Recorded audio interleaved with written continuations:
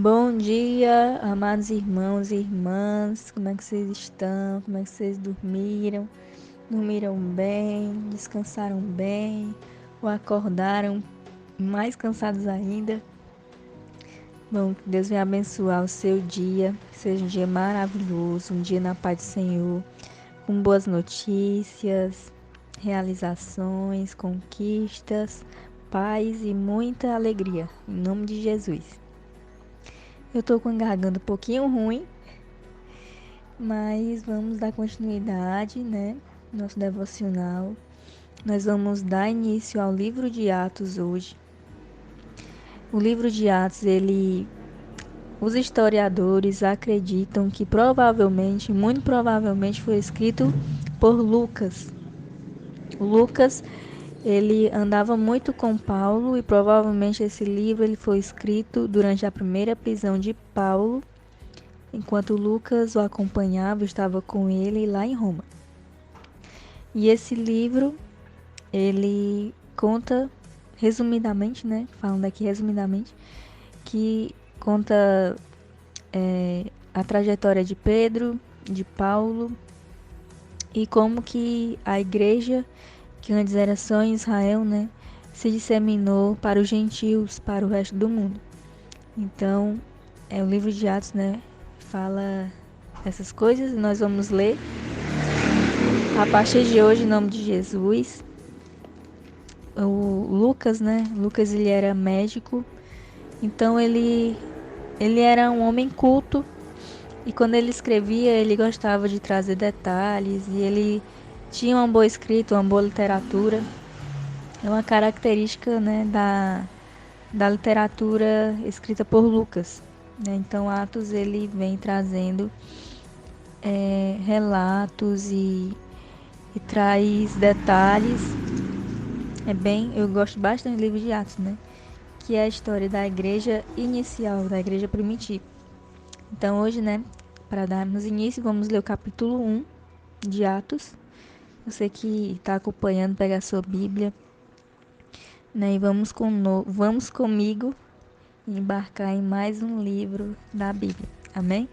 Então o capítulo 1 diz assim: Escrevi o primeiro livro, ó Teófilo, relatando todas as coisas que Jesus começou a fazer e a ensinar.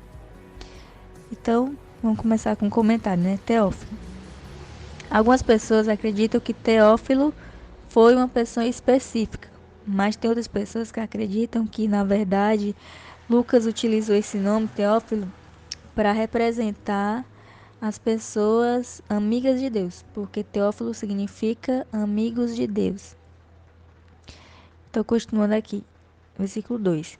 Até o dia em que, depois de haver dado mandamentos por intermédio do Espírito Santo aos apóstolos que escolhera, foi elevado às alturas.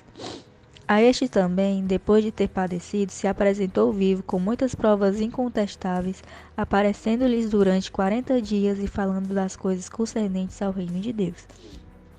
E comendo com eles, determinou-lhes que não se ausentasse de Jerusalém, mas que esperasse a promessa do Pai, a qual disse ele: de mim ouvistes. Porque João, na verdade, batizou com água, mas vós sereis batizados com o Espírito Santo, não muito depois destes dias. Então os que estavam reunidos lhe perguntaram: Senhor, será este o tempo em que restaures o reino a Israel? Eles perguntaram assim: Senhor, será que vai ser agora que a gente vai ser liberto de Roma, né? E a gente vai ter autonomia?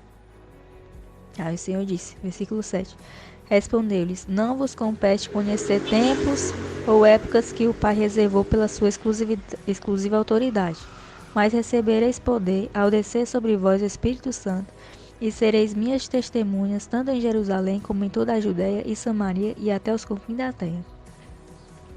Ditas estas palavras, foi Jesus elevado às alturas à vista deles, e uma nuvem o encobriu dos seus olhos. E estando eles com os olhos fitos no céu, enquanto Jesus subia, eis que 2 varões vestidos de branco se puseram ao lado deles. E lhes disseram: Varões galileus, por que estáis olhando para as alturas? Esse Jesus que dentre vós foi assunto ao céu, virá do modo como o viste subir. Então voltaram para Jerusalém, no monte chamado Olival, que dista daquela cidade tanto como a jornada de um sábado. A jornada de um sábado equivale a 1 quilômetro, para quem não sabe. Então, versículo 3. Quando ali entraram, subiram para o cenáculo, onde se reuniam Pedro, João, Tiago, André, Filipe, Tomé, Bartolomeu, Mateus, Tiago, filho de Alfeu, Simão, o Zelote e Judas, filho de Tiago. Todos estes perseveravam unânimes em oração com as mulheres, com Maria, mãe de Jesus e com os irmãos dele. Naqueles dias, levantou-se Pedro no meio dos irmãos. Presta atenção, né? Ele disse assim, no meio dos irmãos. Aí diz aqui, ora, compunha-se a assembleia de umas 120 pessoas. Então a gente vê, né, que Jesus ele escolheu 12 discípulos para serem depois apóstolos. Mas não existiam só os discípulos, né? Existiam ali, não existiam só os 12 discípulos, né? Existiam ali outras pessoas que acompanhavam Jesus e que ficaram, né? Então era composta de 120 pessoas.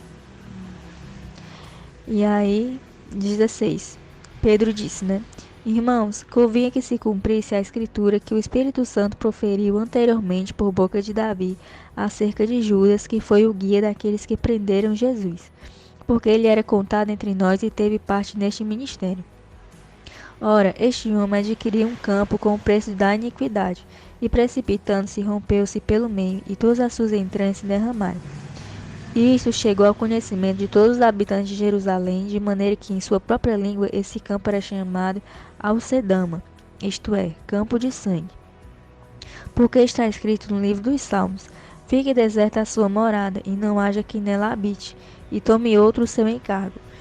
É necessário, pois, que dos homens que nos acompanharam todo o tempo que o Senhor Jesus andou entre nós, começando do batismo de João, até o dia em que dentre nós foi levado às alturas, um destes se torne testemunha conosco da sua ressurreição. Então, Pedro disse assim, Judas, né, fez aquilo, né, que estava escrito, já era profecia, já era prometido que alguém dentre nós, né, estava falando para 120 pessoas, ia fazer o que ele fez, e aí ele se jogou, né, se suicidou, e aí aconteceu tudo aquilo. E dentre nós vamos escolher uma pessoa para estar no lugar, né? Que era de Judas. Então, continuando. Então, propuseram 2. José, chamado Barsabás, cognominado Justo, e Matias. Esse José, também, em outras traduções, ele também pode ser chamado de Josué. E em outras traduções, nesse mesmo livro, lá em Colossenses capítulo 4, versículo 11, vai ter um discípulo chamado Jesus. Aí a pessoa fica assim confusa, mas Jesus? Né? Mas é porque depende muito das traduções. Esse Jesus que aparece lá em Colossenses capítulo 4, versículo 11, se você quiser conferir depois, é o mesmo José. Tanto que ele também diz que José, também chamado de justo, é o mesmo, tá? Então, continuando aqui, versículo 24. E orando, disseram, Tu, Senhor, que conheces o coração de todos, revela-nos qual destes dois tem escolhido, para preencher a vaga neste ministério e apostolado, do qual Judas se transviou, indo para o seu próprio lugar. E o lançaram em sortes, vindo a sorte recai sobre Matias, sendo-lhe então votado lugar com os 11 apóstolos. Então, né, eles fizeram tipo um sorteio e eles acreditam, né? Assim como lá no...